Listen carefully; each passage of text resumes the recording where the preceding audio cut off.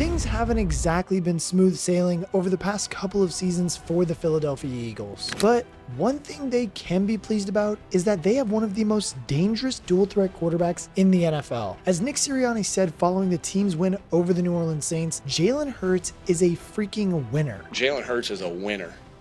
He's a winner.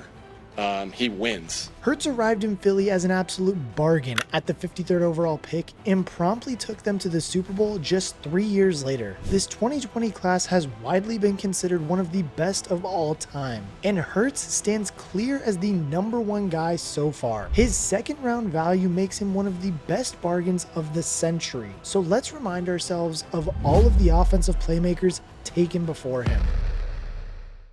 Are you looking for a new book this football season? BetUS is the answer. They have the fastest and easiest payouts in the industry, along with 24/7 personalized service 365 days a year. Not only that, but they have live wagering on all major games, so if you see something mid-game and want to make a wager on it, you can. And the best part is you get 10% back on your net losses twice a year. And now look, you guys knew I had to come through with you guys for a promo code, so make sure that you guys are using code YouTube150 for a nice 150% deposit bonus on up to $2,000. That's right, we were doing 125%, but we said screw that, we're giving you guys 150% instead. Again, that is promo code YouTube150 for a 150% deposit bonus on up to $2,000. Again, thank you to BetUS for sponsoring today's video, but for now, let's hop back into it. First up, we have Joe Burrow, who went first overall in the 2020 draft. Burrow was a no-brainer of a first overall pick, coming off of a sensational season with LSU that saw him win the Heisman Trophy. Unfortunately, a torn ACL robbed him of his full rookie season, but he hit the ground running in the return in 2021, winning the Comeback Player of the Year award and leading the Bengals to the Super Bowl, where they lost to the LA Rams. The 2 seasons that followed featured a stellar Pro Bowl season in 2022 with over 4,400 passing yards. But then an injury-plagued season in 2023 restricted him just to 10 games. Unfortunately, that makes it 2 out of 4 seasons that Joe Burrow's seasons have ended due to injury. But look, when the dude is on the field, the results that the Bengals have are absolutely superb. The next offensive playmaker to go off the board was Tua Tagovailoa with the 5th overall pick.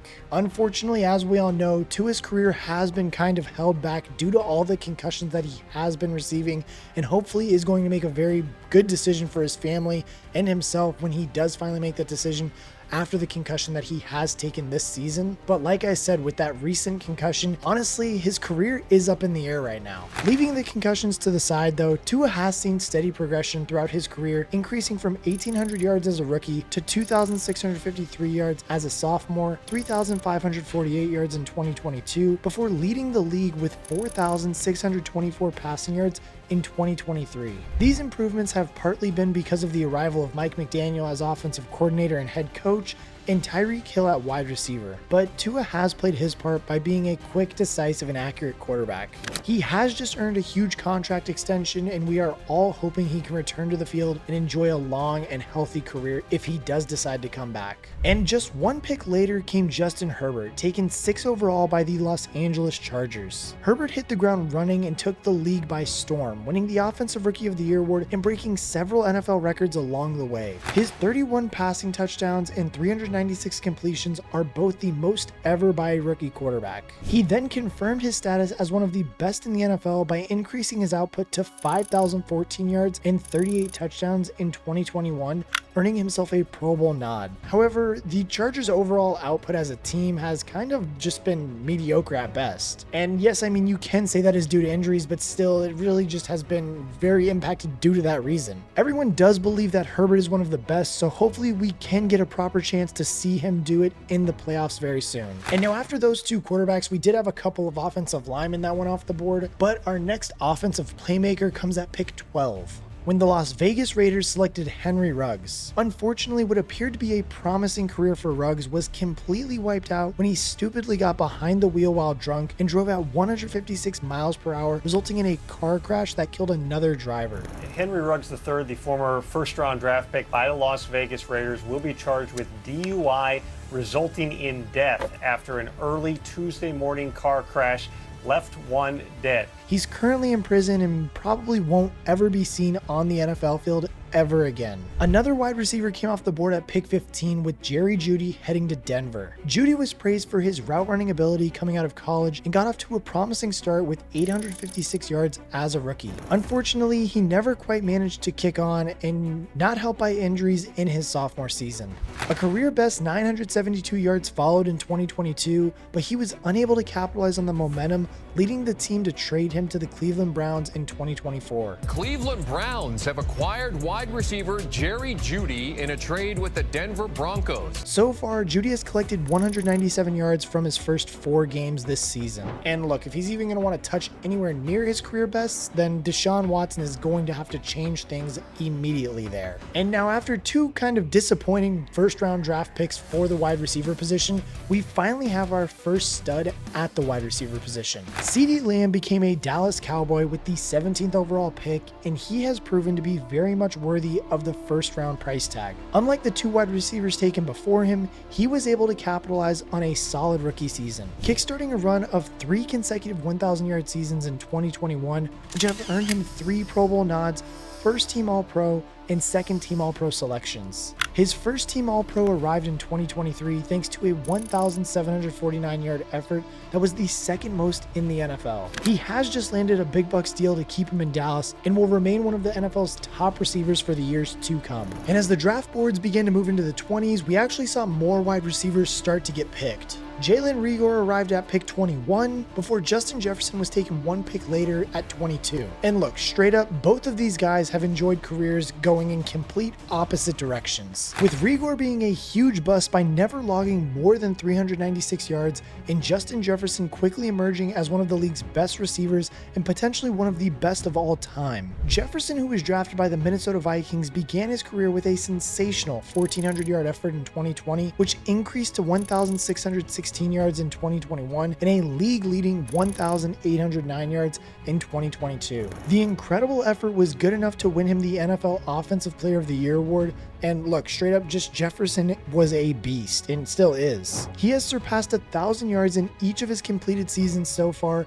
including an injury-plagued 2023 season in which he played just 10 games. So I think it's safe to say that the dude is a certified stud. The next offensive playmaker arrived at pick 25 though, where the San Francisco 49ers selected another top-tier wide receiver in Brandon Aiyuk. And now at the time, Brandon Aiyuk was sort of considered a reach. And I mean, even at the beginning of his career, he kind of spent it in the doghouse of the Kyle Shanahan scheme, producing only 748 yards as a rookie and 826 yards as a sophomore. He finally surpassed the 1,000-yard mark in 2022 before properly breaking out with a 1,342-yard effort in 2023, which earned him a second-team All-Pro nod and a shiny new contract. He's a slick route runner and a reliable option for Brock Purdy, and the duo will be hoping to win a Super Bowl in 2024 after coming so close in 2023. Now, the 4th quarterback that came off the board was at pick 26, with Jordan Love becoming a Green Bay Packer. Love had to play the ultimate waiting game, being selected as a replacement for a future Hall of Fame quarterback who very much felt very offended by the decision to draft a quarterback. Aaron Rodgers responded by delivering 2 MVP seasons, meaning Love had to sit on the sidelines for 3 years. Thankfully though, Aaron Rodgers is a pretty good quarterback to learn from and learn all of the mechanics, and I mean, even every Sunday we see how Jordan Love looks damn near, not identical, but very similar to Aaron Rodgers in his throwing motion and just the things he does. So I mean, when Love's time officially did come last season in 2023, the results were just straight up superb. He passed for 4,159 yards, 32 touchdowns, and 11 interceptions, leading the Packers to the playoffs and delivering a barnstorming defeat over the Cowboys in their own building in the wildcard round. His reward was a 4-year, $220 million extension in 2024, which will keep him locked in as the face of the Packers franchise for years to come. And now day 1 of the 2020 NFL draft was rounded out with the selection of running back Clyde Edwards-Helaire, who was selected by the Kansas City Chiefs. Edwards-Helaire entered the league with very high expectations, especially considering he was joining a loaded Chiefs roster, but the results have been underwhelming so far. He did cross 1,000 yards from scrimmage as a rookie, but has declined ever since, averaging 4.2 yards per carry, for his career. Unfortunately, injuries have been a big part in this and is now resigned to backup duties. On the plus side though, he does have 2 Super Bowl rings, which no one else on this list can boast about. Day 2 kicked off with a great selection though, with the Cincinnati Bengals taking T. Higgins. And now, having already nabbed the future of their franchise in round 1 in Joe Burrow, the Bengals picked up a key target for him 1 day later. And Higgins has proven to be just that. The big-bodied outside wide receiver has collected 908 yards as a rookie before surpassing the 1,000 yard mark in 2021 and 2022. His 100 yards and 2 touchdowns in the 2021 season Super Bowl almost helped produce a ring, while also proving his ability carries over to the big stage. However, with the Bengals opting to franchise tag him in 2024, this may as well be the last opportunity to win one in Cincinnati. And honestly, where he is going to play in 2025 is going to be an interesting storyline to follow this offseason. 1 pick later though, wide receiver Michael Pittman Jr. became an Indianapolis Colt. As a sophomore, Pittman broke out with 1,082 yards and has been a reliable possession receiver ever since. Like, I mean, straight up, he has been the go-to guy in Indianapolis until, really honestly, they showed up this year. In 2023, he hit a career high 109 receptions for 1,152 yards and 4 touchdowns. He isn't as flashy as some of the top wide receivers on this list, but he is exactly what any good quarterback needs, and the Colts rewarded him with a 3-year, $71.5 million contract prior to the 2024 season. At pick 34, we have our second running back with DeAndre Swift heading to the Detroit Lions. And now, coming out of college, honestly, DeAndre Swift was known for his versatility and just kind of his shiftiness. And I mean, even early on, he did show signs of this in the league. He rushed for 521 yards and 8 touchdowns as a rookie at 4.6 yards per carry, while also collecting 46 receptions for 357 yards and 2 more scores through the air. Both his rushing and receiving stats increased as a sophomore, but he couldn't quite convince the Lions coaching staff to give him a bigger role. In 2022, he had a career-high 5.5 yards per carry, but was entrusted with a career-low 99 attempts before being shipped off to Philadelphia. Here, he did notch his first ever 1,000-yard season, but even then, still, it left a lot to be desired for Swift. And due to that, the Eagles also opted in letting him go this past offseason. Now in Chicago though, it has been an underwhelming start to the 2024 season, but a breakout game in Week 4 against the LA Rams might be a better sign of things to come. So they can run it, they will, with Swift, first down, and this next running back though, there's been absolutely no concerns about this dude. Jonathan Taylor was selected by the Indianapolis Colts with the 41st pick of the 2020 draft and has established himself as one of the league's elite rushers ever since. A strong season of 1,169 yards and 11 touchdowns set the tone for a good career, but no one was expected for what he was about to do in 2021. As a sophomore, Taylor ran for a league-leading 1,811 yards and 18 touchdowns at 5.5 yards per carry. He was elevated to elite status instantly, earning a Pro Bowl and a first-team All-Pro selection. Unfortunately, injuries and contract disputes marred his 2022 and 2023 campaigns, but he looks now locked in as the Colts starter in 2024 and has started strongly as well. The threat he poses as a rusher alongside Anthony Richardson at quarterback is a very exciting prospect for Colts fans. Things quieted down a bit from a quality perspective after Jonathan Taylor's selection though. Laviska Shenault came at pick 42 and Cole Kmet and KJ Hamler then arriving at picks 43 and 46 respectively. And while Cole Kmet has honestly become the top tight end in Chicago and is hopefully going to help elevate Caleb Williams this year, the other 2 wide receivers that were drafted on each side of him really haven't done anything in the league. Shenault went to the Jacksonville Jaguars and Hamler went to the Denver Broncos, and neither player is still currently with that team. The primary reason behind this is that neither player has even come close to sniffing 1,000 yards. Shenault came closest with 600 yards in each of his first 2 seasons in the NFL, but that is an underwhelming return for a second-round selection. He was traded to the Panthers after just 2 seasons, but just 272 yards in 2022, all but put an end to any career hopes he had of becoming a bigger role anywhere else. He is now in Seattle as a rotational piece, but I mean, even Hamler has struggled even more than him, producing just 620 yards across his 3 years in Denver. And now after that trio of pass catchers, we get the next wide receiver, with that being Chase Claypool, taken by the Pittsburgh Steelers. And now honestly, the Steelers, they're pretty good at picking wide receivers and then either nurturing them into becoming great wide receivers or just kind of finding the diamond in the rough and making sure that they have a good wide receiver. But with Chase Claypool, it was anything but that, I'd say. I mean, at the beginning, it certainly looked like they had another good one when Claypool notched up 873 yards and 9 touchdowns as a rookie. And I mean, standing at 6'4", Claypool even offered a rare and exciting combination of size and speed, and his ceiling appeared to be sky high. So, I mean, honestly, had the Steelers nabbed another wide receiver gem? Like I said earlier, not quite. Sadly though, Claypool never matched his rookie totals, declining every year before eventually being traded to Chicago halfway through his 3rd season. It was a rapid decline to irrelevancy that is being continued now in Miami.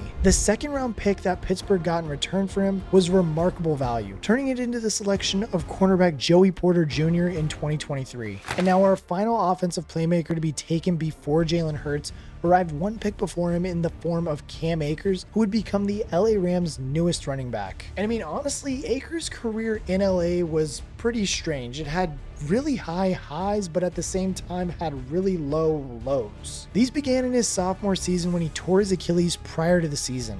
Remarkably though, he managed to return to action later that year, just in time to help the Rams win the Super Bowl. From there, his relationship with the team declined, and despite an impressive finish to the 2022 campaign, he was traded to Minnesota in 2023. Here, Akers dealt with another brutal blow in the form of another Achilles tear, but he is now contributing as a backup running back on a very good Houston Texans side in 2024, which now brings us to the 53rd overall pick held by the Philadelphia Eagles, who used that pick to take none other than Jalen Hurts. Hurts was perceived as a good leader with impressive rushing ability, but someone who would have to work on his mechanics, accuracy, and ball security. Therefore, he started his career surprisingly on the bench. He was handed the reins in 2021 as a sophomore in a season in which he passed for 3,144 yards, 16 touchdowns, and 9 interceptions, leading the Eagles to a 9-8 record in a playoff appearance. It was an impressive step up from year to year, but the leap he then took in 2022 was sensational. In his 3rd season in the NFL and 2nd as a starter, Hurts passed for 3,702 yards, 22 touchdowns, and 6 interceptions, while also rushing for 670 yards and 13 touchdowns on the ground. In doing so, Hurts led the Eagles to a 14-3 record and earned a 2nd-team All-Pro selection. But even more importantly, he also propelled them through the playoffs into the 2022 season Super Bowl, where the Eagles faced the Kansas City Chiefs. All day, loaded up, taking a shot, looking for A.J. Brown. He's got it! Touchdown! Now Hurts on the keep, has a seam, and Jalen Hurts. And I mean, in an absolute classic, Philadelphia fell to a 38-35 defeat, but Hurts was arguably the best player on the field that day. He completed 71% of his passes for 304 yards and 1 touchdown, adding 70 yards and 3 more touchdowns on the ground. Unfortunately, on that day, it wasn't enough, but Hurts has proven that on his day, there aren't really many quarterbacks that are better than him. The Super Bowl hangover hit hard in the later stages of the 2023 season, and 2024 hasn't exactly gotten off to the smoothest of starts, but that is partly because of the brutal injury luck this team has endured. When A.J. Brown and Devonta Smith are back on the field, you can bet that the Eagles will be in the hunt for the elusive Lombardi Trophy. But I want to know what you guys think. How good do you guys think Jalen Hurts is this year? Are the Eagles legit contenders? Personally, for me, I think as long as Jalen Hurts is out there, I think that they are legit contenders. And I mean, honestly, who knows what's going to happen next? But as always, thank you to BetUS for sponsoring today's video. If you guys have not, make sure you check them out. That's where I do all my betting at, and I make sure that you guys have the best code to use over there, so that way you are getting all your money's worth. So make sure to check them out. And as always, I will catch you guys in the next one.